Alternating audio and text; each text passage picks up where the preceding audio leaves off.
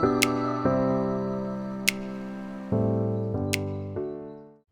guys, welcome back to my channel, or welcome to my channel if you're new. In today's video, we're going to be looking at Amberlynn's new Q&A. I believe she answered about 19 questions in total, but let's be real, most of them were boring. So we're just going to speed past the really boring ones real quick, just so we can get to the good parts. Hey guys, welcome to a new video. So today we're gonna do like a Q&A type style. I feel like I haven't done just like a straight up Q&A in a very long time. And I know there's probably a lot of questions, a lot of things you guys wanna know, want me to talk about, clarify, explain, whatever it may be. So it's perfect time to do that. We start today's video with Amberlynn laying out the ground rules. The first rule is that she's not going to answer any question that she doesn't want to answer, which in my opinion doesn't make sense, but okay. And the second rule is that she's not going to answer anything that's too disrespectful, which I guess that one does make sense. And the third rule is no repeat questions, again makes sense. But she also starts to give us excuses to why she hasn't been posting. One of them being that she's not with Feline and she's still completely heartbroken over it. I don't understand that point, but okay. And another reason was the most outrageous reason to me is the fact that she was busy. In my opinion, being busy is not an excuse, especially when YouTube is your full-time job and it's your source of income.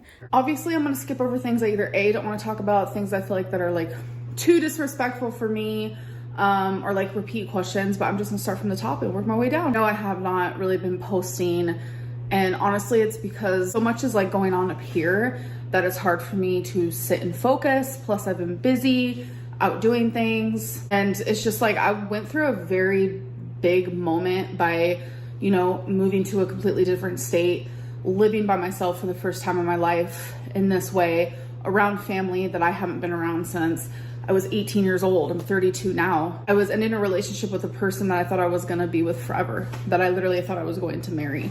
There was a lot of different things happening and which are still happening. And it's just like I was filming every single day and uploading every other day.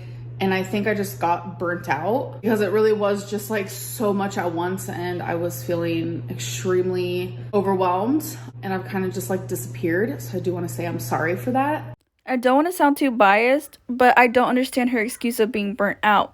I mean, her job is to vlog, and she sits in her house majority of the time just talking to a camera. How hard can that be to edit?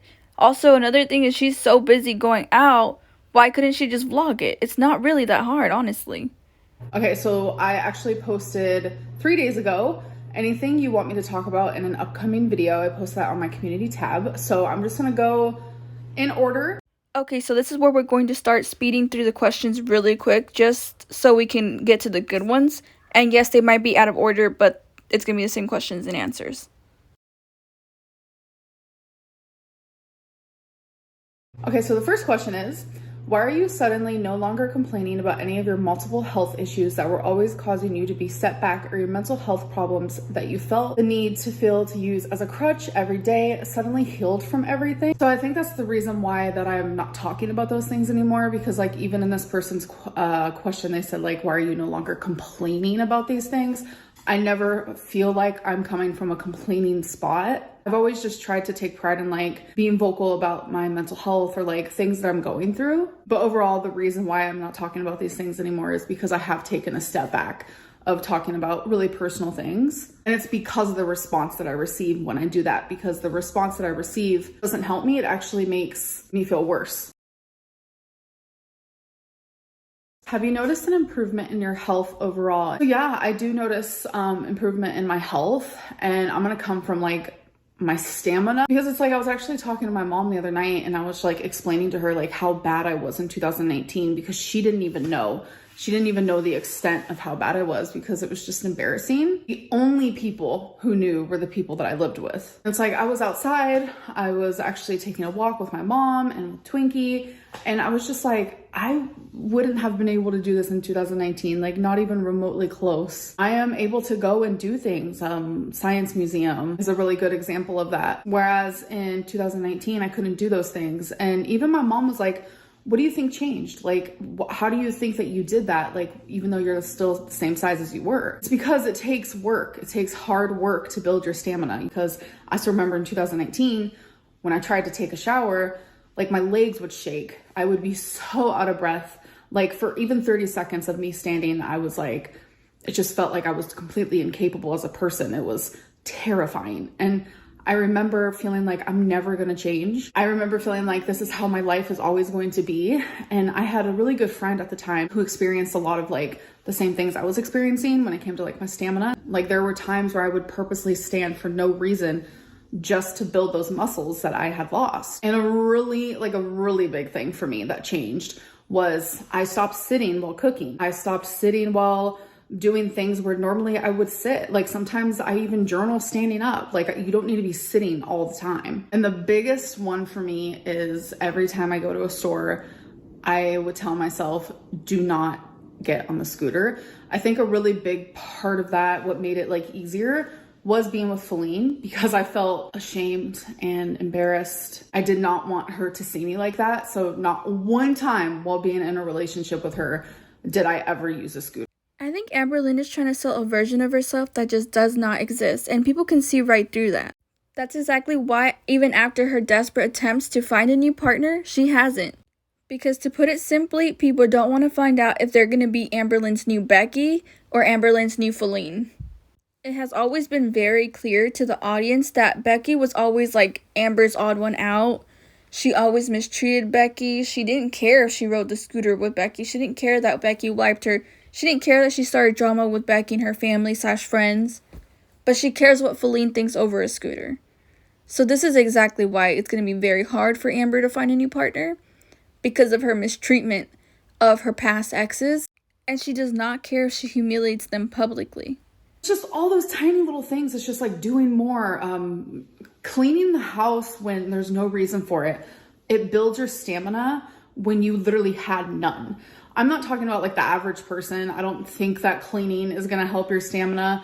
I mean, go for it. But when you were pretty much bedbound, getting up and doing things that you normally wouldn't and doing them every single day, it makes it to where your stamina just improves. So then every single day you're able to do more and more. So now that it's been, 4 years since then, that person in 2019, she doesn't exist. Like the mentality I had, who I was on YouTube, she doesn't exist anymore. Just the incapability of just living as a human, because here I am living on my own where I need zero help. Next question is, are you in pain going out so much? No, I'm not in pain. Next question is, how are the fur babies adapting to the move/new place? They actually adapted really fast. Have you finished unpacking? Yes, I unpacked within like 4 days. Any changes you've noticed from your hysterectomy? Yes, my hair. What's it been like getting to reconnect with your mom? It has been so amazing. What is the best part of living in Oklahoma besides being closer to family, and what's been the worst part of living in Oklahoma? So the best part is the fact that I actually love it here. The worst part has been obviously my random waves of loneliness, for sure. Next question is, what areas of your life are in need of the most improvement? Definitely my weight, like 100%. Do you only leave the apartment on the weekends? No, I leave on the weekends, during the week, just whenever I have plans. Are you going to start uploading on a schedule again soon? I don't know. I feel like starting a schedule is only going to make me fail, and I have done too much failing. How old were you when you graduated high school? I was 18.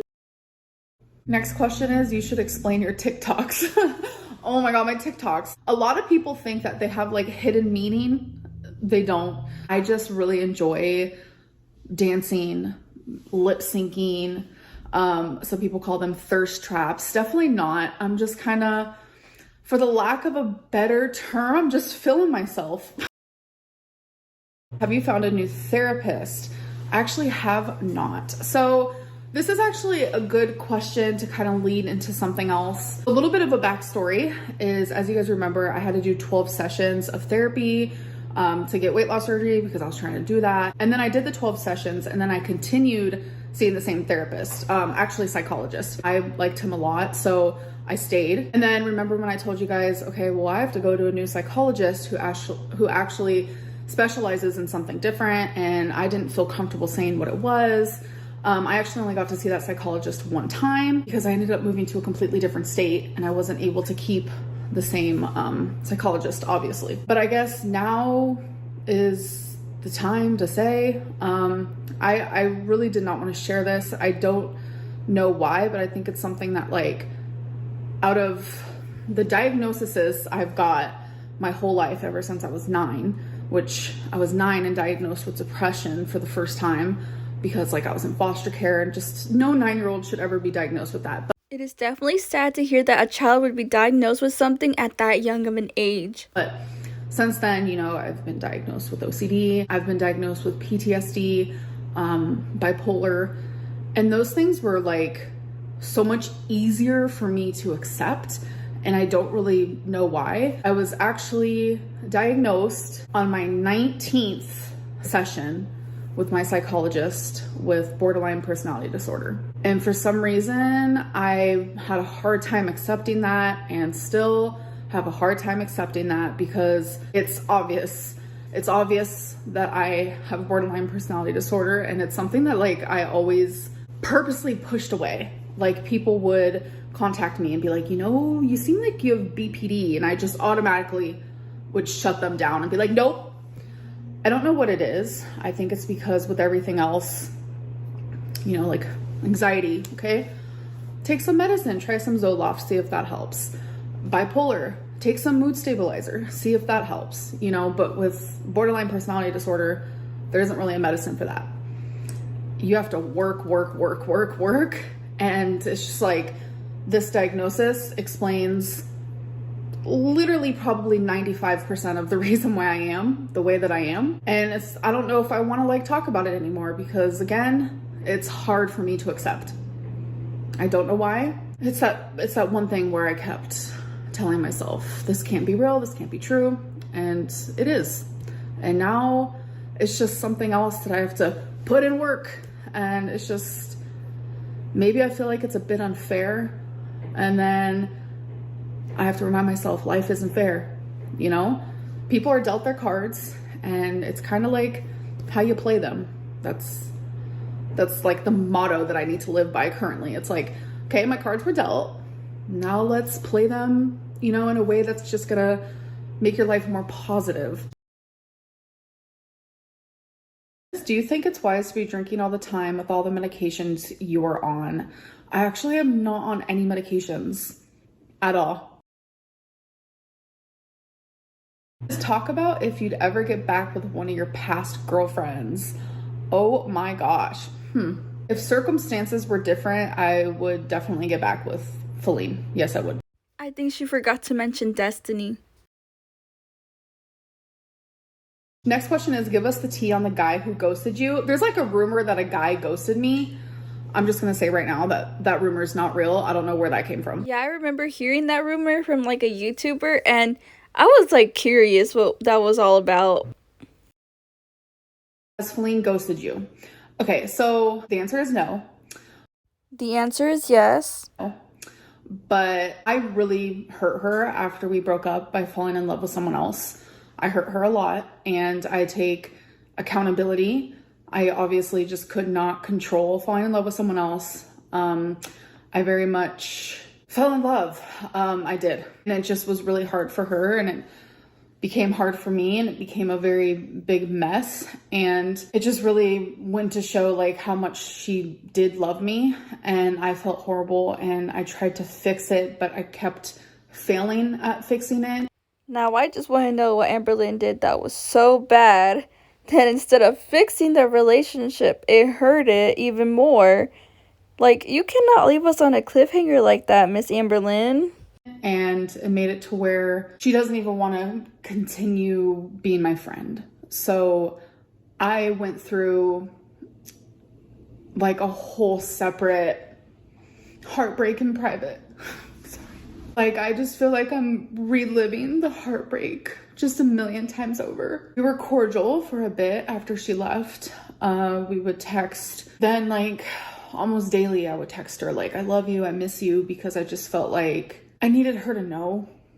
And I needed her to know that I was sorry that I hurt her. I talked it over with a friend and they said, I think it's time that you just like respect her and stop contacting her. And it's been really hard. This is gonna sound dumb to some people, but I am on day 5 of not contacting her. And I know a lot of people are gonna be like, that's so unhealthy. Trust me, I get it. I have mental illness. And Feline was my very best friend for like over 2 years. You know, I thought I was gonna marry her. You thought you were gonna marry her so much so that you would find someone else to fall in love with and hurt Feline. And on top of that, say in a different vlog that, oh yeah, I don't think I could see myself marrying her. So which one is it? Would you marry her or wouldn't you marry her? I mean, either way, it doesn't matter now. You kind of screwed it up. And it's just been really, really hard. So we are not in contact, and I'm going to be respecting her wishes, even if it's really freaking hard. Like, it's been so hard. Like, I have wanted to call her, I've wanted to text her in just these last 5 days, and it's like I can't. And it's just been a whole other level of torture because I miss her so much. And I just think out of respect for her and for myself and for our relationship, I don't want to talk about her. And I know a lot of people think that like I'm gonna come on here and say bad things about her. Not gonna happen. It's never gonna happen. I've had a lot of people ask if I will be doing Vlogmas this year, and honestly, I don't know, because my last Vlogmas was my favorite Vlogmas of all time because I remember how I felt during it. Not a lot of people have to enjoy it. It's fine.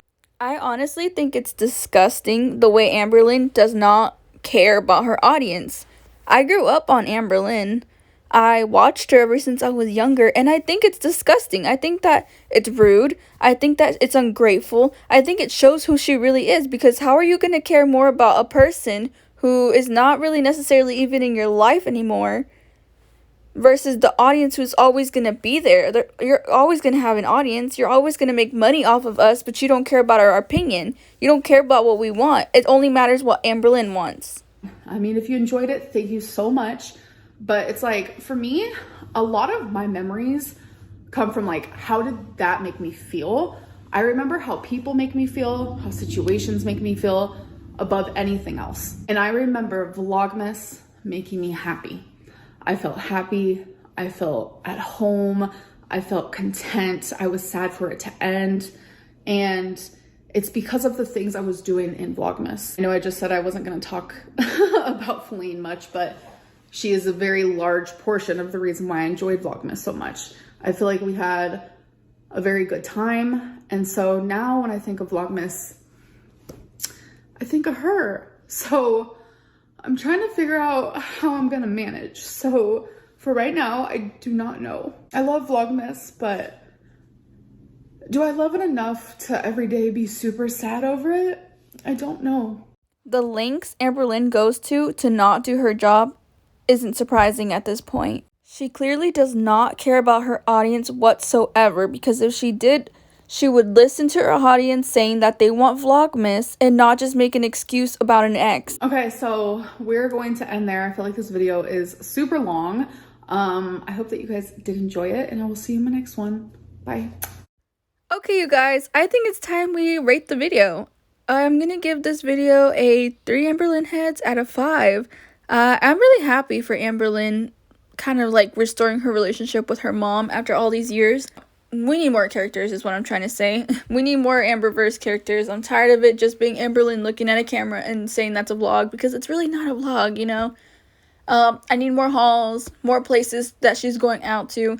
I did see some people like making fun of her for going to the children's museum, but I don't really care if it was a child's like museum. I don't understand why that's relevant to make fun of. I'm just happy she was getting out of the house. I hope she starts doing that again. And yeah, I'm gonna be posting more. I'm already editing another video to post later, maybe today or tomorrow, whenever I can.